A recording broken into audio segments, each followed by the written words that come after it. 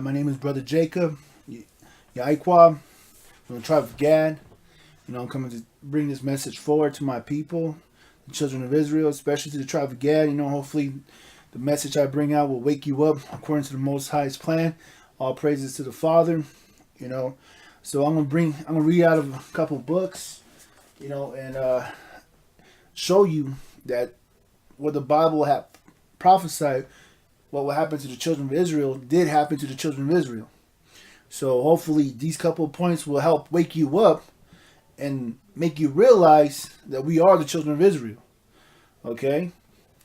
So I'm going to read out of a book called Through Indians' Eyes.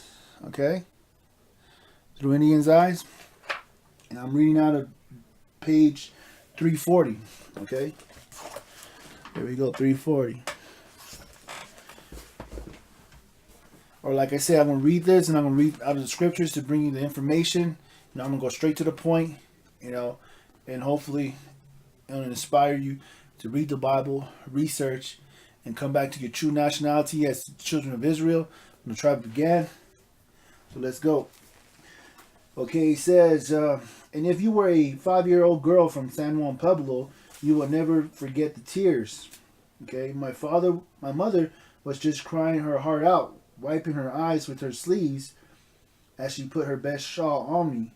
Pretty soon the train whistled around the bend near the Rio Grande. My grandpa was holding me on his lap, but when the train came, I got in and I saw the tears coming out of that brave man. My grandpa, who was a brave and strong, I didn't even know who was in the train because my mind was full of unhappiness. Okay, this is San Juan. San Juan Pueblo is in New Mexico. This 5-year-old child is going to the boarding school called Santa Fe Indian School. Now, she remembers, her mom crying her heart out, right? Okay. Now I want you to remember that. And also, she said he's seen his grandpa, and in her mind, okay, in her eyes, she's seen her grandma as being brave and strong. Okay. So let's go into the Bible if there's any prophecies in the Bible that will say, that our children will have to go through a situation or experience, or if our parents will experience anything that will cause them to feel the way that this book is describing. Okay? Now I'm going to Deuteronomy. Of course, I got to read Deuteronomy 28, and I'm going to read verse 15. Okay?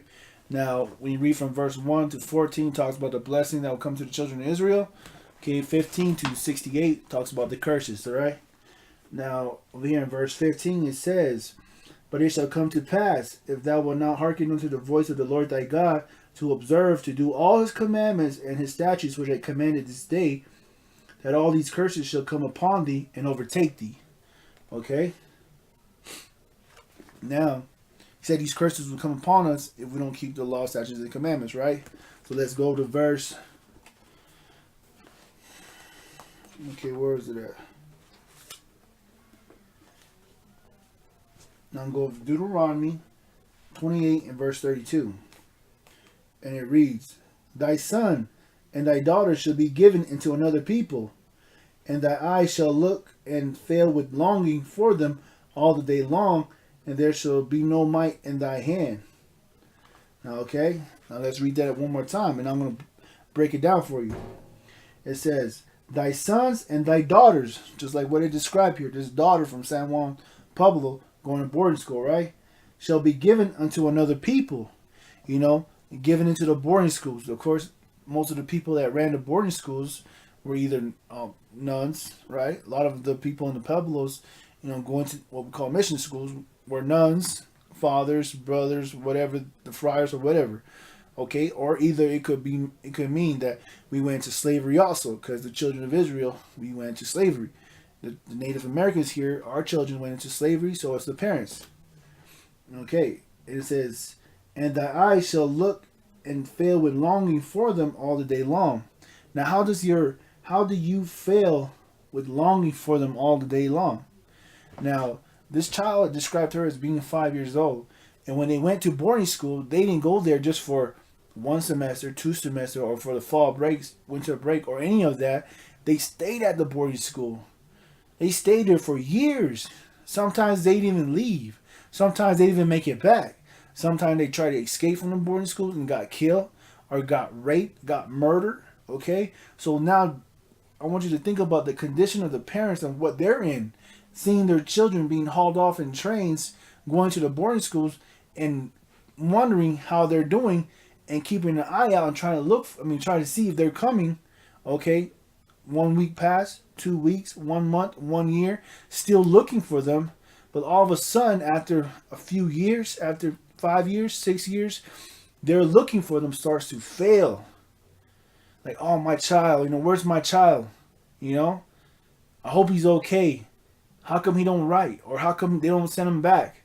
Pretty soon that will start to affect the parents. And they start to fail and lose hope that their child will ever return. So that's describing that kind of situation. And then let's read some more. It says, fail with longing for them all the day long, and there shall be no might in thy hand. This mother couldn't stop her. Couldn't stop, even though she didn't want to send her child to school, she couldn't stop that from happening. The grandpa, the little child saw his grandpa being a strong and brave man. He couldn't stop, the situation of her going to Santa Fe boarding school. There was no might in our hand to stop that from happening to our people, especially to their children. They had no might in their hands. They were actually, actually forced to send their children to boarding school. That's why it comes with that one phrase says, kill the Indian, save the man. Okay, that was all a part of that. Okay, now let me I'll read some more. I'll read some more out of this book right here. And not only that, but let me get this book, Hopi History. Okay. Now here's another picture. Okay.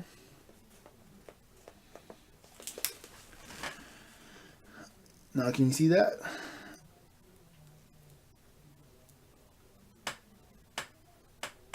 Okay, these are Hopi chiefs. Okay. See that? Okay, there's about 29 has on here, right? Now, these people were arrested, okay? They were arrested because they weren't sending their kids to boarding school. And this is on Hopi Reservation, so the place that they sent their kids to boarding school was either Sherman or Keams Canyon Boarding School. Those were the two places.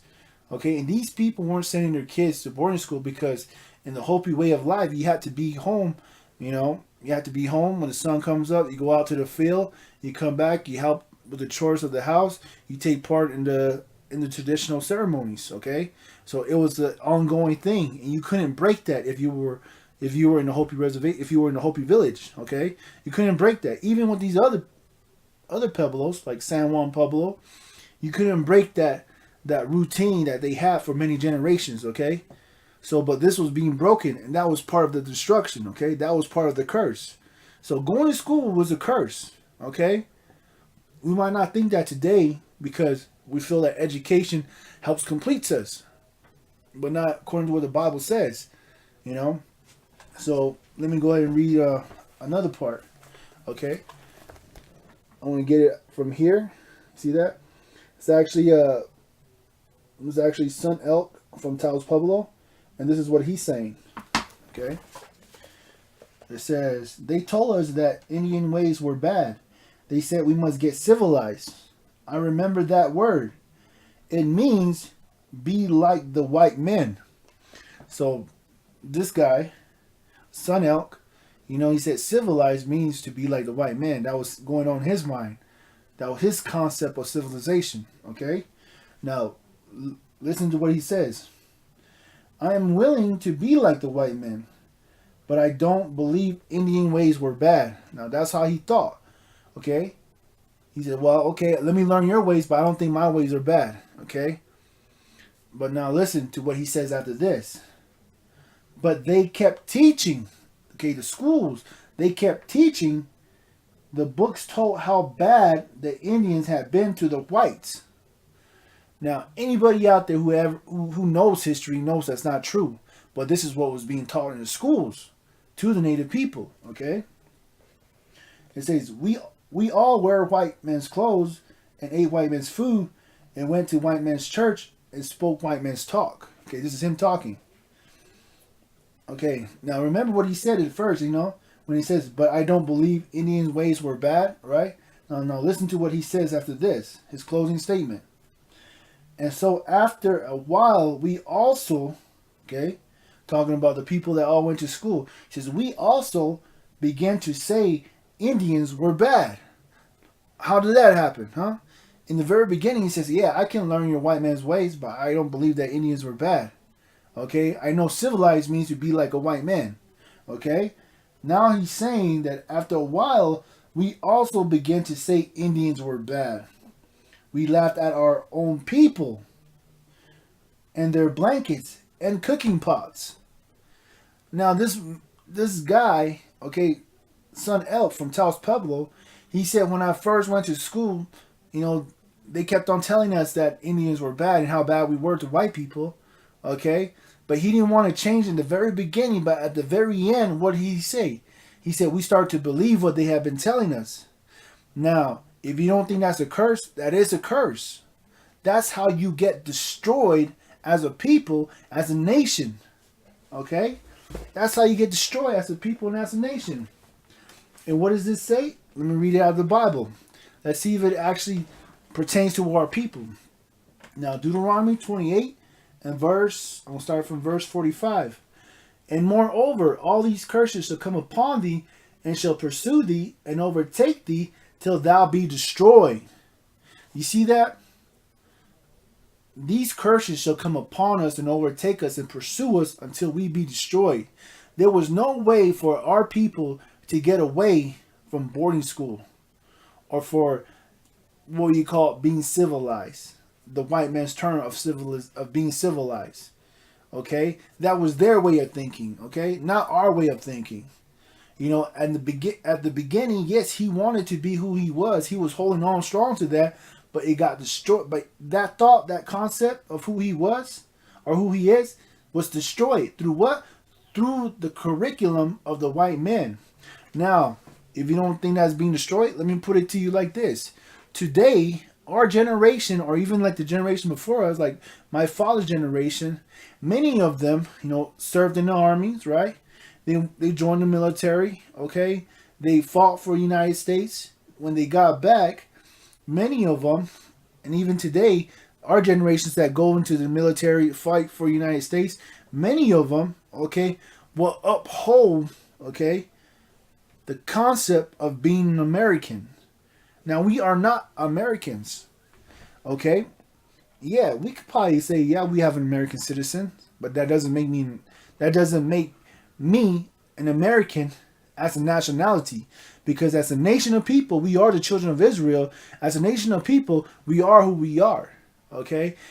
A Chinese man could come from China and have a child here, and that child be born on the United States of America, becomes an American, okay? So how can he be the same as me? How can he share the same atrocity as me? How can he endure the same kind of, lifestyle that my forefathers went through, and how this book described as this guy from Taos Pueblo, how he went through? How can they assimilate, or how can they share the same, same origin of being an American? They can't. They can't even grasp the same concept because they didn't go through the same atrocities that we have. But these curses came upon us because of that reason, because we fail as a nation to hold the Most High higher, and keep on to his laws and statutes and commandments. That's why he came against us the way he did in the Bible when you read Deuteronomy 28 and throughout all the whole Bible. Because when you look at these curses, it just didn't happen one time and that was it. It was prophecies, dual prophecies that happened time after time after time after time. Okay, so now this time in the latter days, this is happening to us again. Okay, now let me go ahead and read further. Okay, till thou be destroyed, because thou hearkenest not unto the Lord unto the voice of the Lord thy God, to keep his commandments and his statutes which he commanded thee. Verse 46. And they shall be upon thee for a sign, and for a wonder, and upon thy seed forever. See, it happened to our parents. It happened to their parents. Okay? Right now, you can say I'm like third generation from boarding school. Well, no, I say I'm first generation. Okay? Because you know why? Because my father went to boarding school. You know? And my wife, her father went to boarding school. Her mother went to boarding school. Okay? And they experiment. They had to. What do you call it? They still had the same concept of what they were doing to the native people at the very beginning, even what you could say 100 years. 100 years ago, not even 100 years. You know, see, my father's like 80 years old. Okay, so when he was in boarding school, he was like what? I say he was maybe like what? 12 years old, okay? So it's not even 100 years, you know? Probably like only like 70, 60 years ago that our people were going through this. Now, when you think about it, the very first verse that I read, you know, verse 32, when it says that our children or thy sons and thy daughters shall be given unto another people, all right? Now, how did that destroy us? How did it destroy us? Think about it. How did it destroy the family? You got the children going off separated from the parents, and the parents being separated from the children. Okay, now the parents don't know how to be parents. The children don't know how to respect their parents. Okay, so that's why you got this curse happening in the reservation. We no longer have love for our people no more, man. You know, we no longer we don't know how to show love, you know, or be loved. Okay. It was very hard for any of our parents to tell their children how much they love them. Okay? It's only till now, like not too long ago, you know, that we started to tell our children, I love you. You know? We never have said that before. You know? It's a very rare thing for us to hear our parents say it to us. You know? But now now it's slowly coming back. Why is that? Because we fit these curses, okay, and the words coming out. You know, people are identifying us as being the children of Israel, the blacks being the children of Israel, the so-called Mexicans being the children of Israel. Okay? So now that's coming to fulfillment. That's why that love of the Most High, the Spirit of the Most High is coming back to us. For us to be a people once again to break these curses. So that we no longer be destroyed as a nation of people. So that we will be one people, one nation, one power, the Most High, Ahaya, in the name of Yeshua. Now keep on reading this and let's go see what it says. Okay. Verse 48. Therefore thou shalt serve thy enemies, which the Lord shall send against thee, in hunger, and in thirst, and in nakedness, and in want of all things. And he shall put a yoke of iron upon thy neck until he have destroyed thee. Now see that again. Until he has destroyed thee. But look at what this verse says. And look at what I just read about this guy, Son Elk from Taos Pueblo, what he said. He says, we wear the white man's clothes. Okay. We eat the white man's food. Okay. We went to the white man's church and spoke the white man's talk. Now, remember that. And I'm going to read this verse again. It says, therefore shalt thou serve thy enemies. Okay. We are going to serve our enemies, the nation of Israel, which the Lord shall send against thee in hunger. Didn't he say you have to eat the white man's food? Okay. And in thirst. Do we have to pay for our water bills? Right now, what's that? The Dakota pipelines? Yeah. Now they're taking our water rights away. You know? We were trying to save our water rights. But guess what? The Most High said that we're going to serve our enemies. That what we say is not going to amount to nothing to these people. This is all the Most High bringing us, chastising us, bringing us back to who we are and trying to wake us up. All right. Now let's read some more. In thirst and in nakedness. Didn't this guy from Taos Pueblo, Son Out, say that we wear the white man's clothes? Right. So that's how we serve him in nakedness. Okay. In the want of all things. In the want of all things, if you want anything, an education, go serve the white man. You have to go be the white man. Go get civilized like how he said. And pretty soon, once you get civilized, okay, as the white man's concept, you will no longer identify yourself as being a part of the people that you have left on the reservation. Okay? You're going to look at them as being drunks, as being however, You ain't gonna identify yourself with them no more. You know? We can identify ourselves with our brothers and sisters, according to the scriptures, and I'm not putting my native brothers down. I'm not putting my native sisters down. But I'm trying to bring the scriptures, bring the truth, and let you know that the condition that we are in, and I'm providing you with a solution, the Bible. That we are the children of Israel, that we got to keep his law, statutes, and commandments, and come back into the inheritance what the Most High has given us as being his special people, his chosen people, above all people. Now you can find that in Deuteronomy. Let's get that in Deuteronomy. All right, this is Deuteronomy chapter 7 and verse 6. Okay, for thou art a holy people unto the Lord thy God. The Lord thy God has chosen thee to be a special people unto himself, above all people that are upon the face of the earth. Now, how can you be a special people unto the Lord thy God if you can't identify yourself with who the Most High has promised, to be his special people above all people? And I'm not talking about looking down on other people. I'm saying a special people unto him, because in us, that has been given unto us, that has been embedded into our spiritual body, or into our mind, or into our body, is that we have the ability, okay? Our ancestors knows about this, okay? They knew that they had a connection with the Father, okay? Who we will call the Creator, or Yoshiton, or Yulsin, all right? Now, us having that ability to talk with the Father and praising the Father as our ancestors once did, okay? That's a special people. The people that we see on the reservation today, they don't fit this, okay, right now, until they come back to who they are and know that we are living in a curse. Once you can accept that we have been living in a curse that the Most High has sent to us, because he says it right there in Deuteronomy 28 and verse 48. Oh, no, let me go to 49. The Lord shall bring a nation against thee from far, from the ends of the earth, as swift as the eagle flieth, a nation whose tongue thou shalt not understand. There you go again. The Lord said he will bring this nation against us. The Lord brought the white man to what is called United States. Okay? The Lord brought him over here because we weren't we weren't following the law, statutes, and commandments. We're going off on the left-hand side. Okay? We're going off on the left-hand side, so the Most High sent these curses upon us. And these curses, what I just read, these two curses, okay?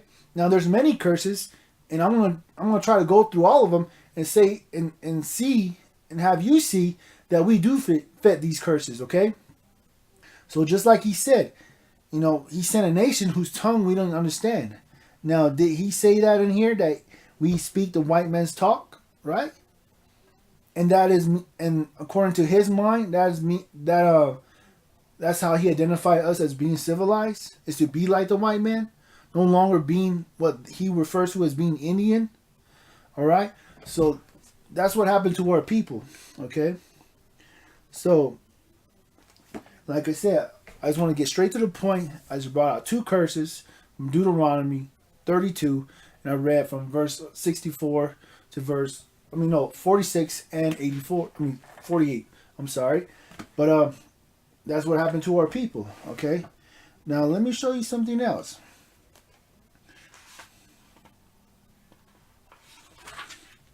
Now, what I was telling you about kill the Indian, save the men. Now, this is out of the same book, okay? It's out of the same book. And I'm on page 338, okay? You see that? 338. And I'm going to read right where it's highlighted, okay? I'm going to read right here. Okay, it says, Carlyle philosophy was killed the Indian to save the man.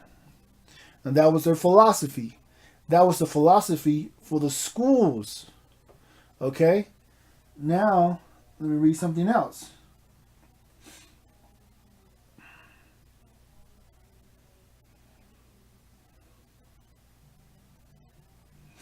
Okay.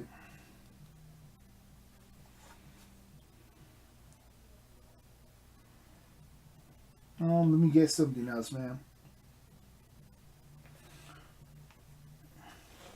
Okay, let me get you something what another native, another Gadite, what he experienced, okay? I'm going to read this right here. Okay? Okay, this is from Michael Wolf, Ojibwa, from the Ojibwa tribe. I remember my first test in this great education system. A white man was pointing at a tub which was under a pump, and he was saying something. Okay, now white man speaking English, got the Ojibwa who knows his own language. Now this was the first test. He was pointing at a tub that was underneath a pump, okay? And he was saying something. I took it for granted that he wanted me to pump water, and I nodded my head, okay? So he's figuring, okay, this white man wants me to pump water for him and put it inside his tub, okay? He came over and pulled my ears and shook me.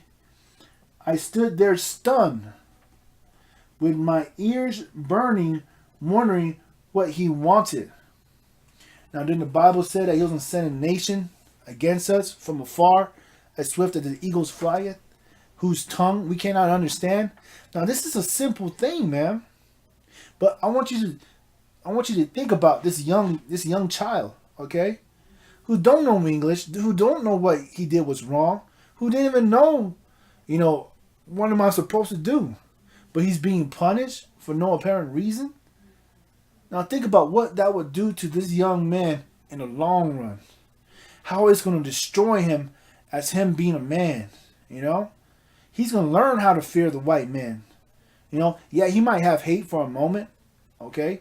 But Scripture says that, he's going to put a yoke of iron upon our necks until we be destroyed. Just like what we read from Son Elk, from Taos Pueblo, how he once at the very beginning say that, I could learn the white man's way, but I don't think that Indians were bad. At the very end, he started to laugh at his own people. He used to laugh at the pots that they cooked out of. He used to laugh at their blankets, the only thing that they have. He looked at the poverty of the poor. He seen the poor state of their people, and he was laughing at it. He came from those people. Now that's being destroyed. That's a curse. How can we, be a nation if we don't understand that these curses that came upon us is still affecting us this day?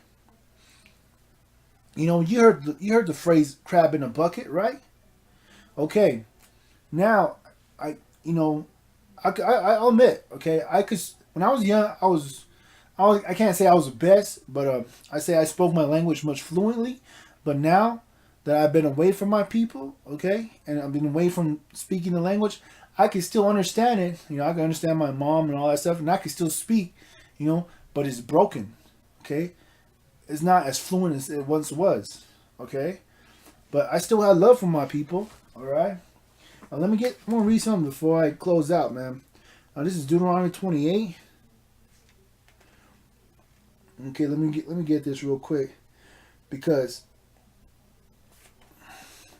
I'm going to read that again. 28 and 49.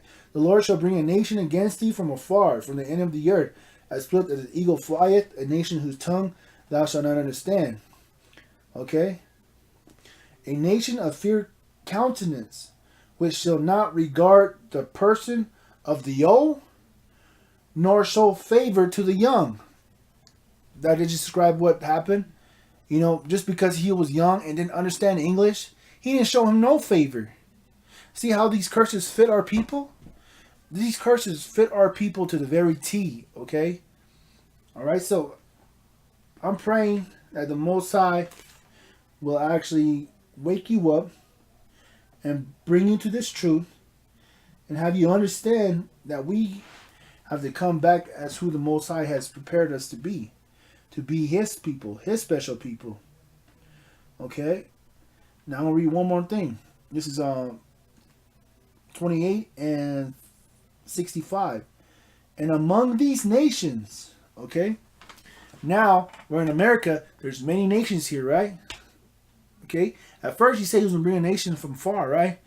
Whose tongue we didn't understand. That happened, okay. The Spaniards, the Englishmen, okay. Now he says, among these nations, America has multiple nations. Okay, so among these nations, check these out. Among these nations thou shalt find no ease, neither shall the soles of their foot have rest. But the Lord shall give thee there a trembling heart, and a failing of eyes, and a sorrow of mind. Okay, failing of eyes, sorrow of mind among these nations. Now, if you think about the minds that we have, that's a pitiful state. You know, we no longer, okay, can operate as a nation. Yeah, we may have one, two, maybe like five, a dozen people on the reservation that actually, succeed, that don't fall really hard in these curses. But that's only just to lift our people up, to say we can do it. If my brother can do it, I can do it. If my sister can do it, I can do it. So once you know that you are the children of Israel, once you come to that understanding that the Most High can give you this power, this understanding, and have you stand on your own 2 feet, you will escape the sorrowful mind. You will escape, these curses will still be there, believe it or not, but if you sin, you're going to fall back into these curses. You're going to go back, you're going to end up going back to where you once started, okay? But it says among these nations, right, we're going to have a failing of eyes, sorrow of mind, okay? So that's what we are among these nations. That's why he says, do you guys live in teepees? Not all of us live in teepees, So they want to see the past Indians, the Indians that with the war bonds on the horses, and teepees, they want to see those Indians, But look at when they see us now. So, are you Indian? We don't look Indian no more, man. So with that, I just want to say Most High bless. I didn't want to be too long. I kind of went over, extended this video a little longer than I did, but I pray that this video will help somebody else out there. All praise and glory to the Most High Haya. In the name of Yeshaya, my name is Jacob, Yaquab. And to everybody who comments on the videos, the previous videos, God bless you. Most High bless you. By Hashem Yeshaya Barakatah. I know I don't answer my comments. Like, I just don't have time, bros. I don't have time, man. But family, I love you. And I thank you for your comments, man. Don't think I don't look at your comments. But, I thank you, And if you want to use this video, upload them in your link or however you want to use it, do it. Most High, this is Most High's work, man. I learned from the Israelites before me. I learned from my elder, Ahil. The other Judite that's in One Nation, One Power. He's the one that, teaches me. He's the one that guides me, through the Holy Spirit, So I praise the Most High for my elder. But like I said, man, to all the people who subscribe to this channel, may the Most High bless you, keep you. We are the children of Israel. I pray for you. My brother Kodash, who's also the next guy that does videos with me. He always says, if you want prayers, leave it in the link below, and we'll pray for you. This is a powerful thing to be the Most High's chosen people, man. It's a powerful thing. It's a great calling, to be able to lift up the Most High, the spirit that we have and the truth that we have, and know that we can move mountains. All right, know that we can rebuke these unclean spirits of our people. Psychiatrists can't do it. The doctor can't do it. Philosophy can't do it. But the power of your tongue, right? The words that you speak, the spirit that you have, the faith that you have, the faith that the Most High have put inside of all us children of Israel, the 12 tribes, a powerful nation that can call upon a God, upon the power, Ahaya, and know that He's going to hear us. Because what does the scripture say? He once dwelled with our people. And it was evident that He dwelled with our people because He was the cloud and He was the fire, You know, cloud by day, fire by night. So that was the sign to his people and everybody around him that he lived with his people. Now that's powerful enough. That convinced me, saying, man, my God, Ahaya, wants to live with me. You know, he wants to be a part of me. He wants to hear my circumstances. He wants to hear my problems. He wants to hear about my success. So I thank the Father for the things he does for me. I praise him for the things that he had done for me, for the sin that he brought me out of, for the strength that he has given me to continue to work and continue to bring this truth and to stand tall. Even though people out there might think I'm crazy, but who cares? The Most High gives me a sound mind. He knows my heart. He knows my ability. So he's not going to just give me his word and says, yeah, you're only going to be a prophet or a disciple for such and such a time. This is a great calling to be a prophet, to be a disciple, to bring forth his truth, to be a children of Israel, to be a healer, to be a teacher, you know, to be an evangelist, you know, to be his prophets. So that's what we're called out to be called out from this world. We're a called out assembly, right? So be who you are. Be that strong man. Be that strong woman, you know. Most High bless. You know, I just thank the Most High for everything he has done for me. Praise Yasharah, praise Ahaya in the name of Yeshaya. Kwam Yasharallah, so be it.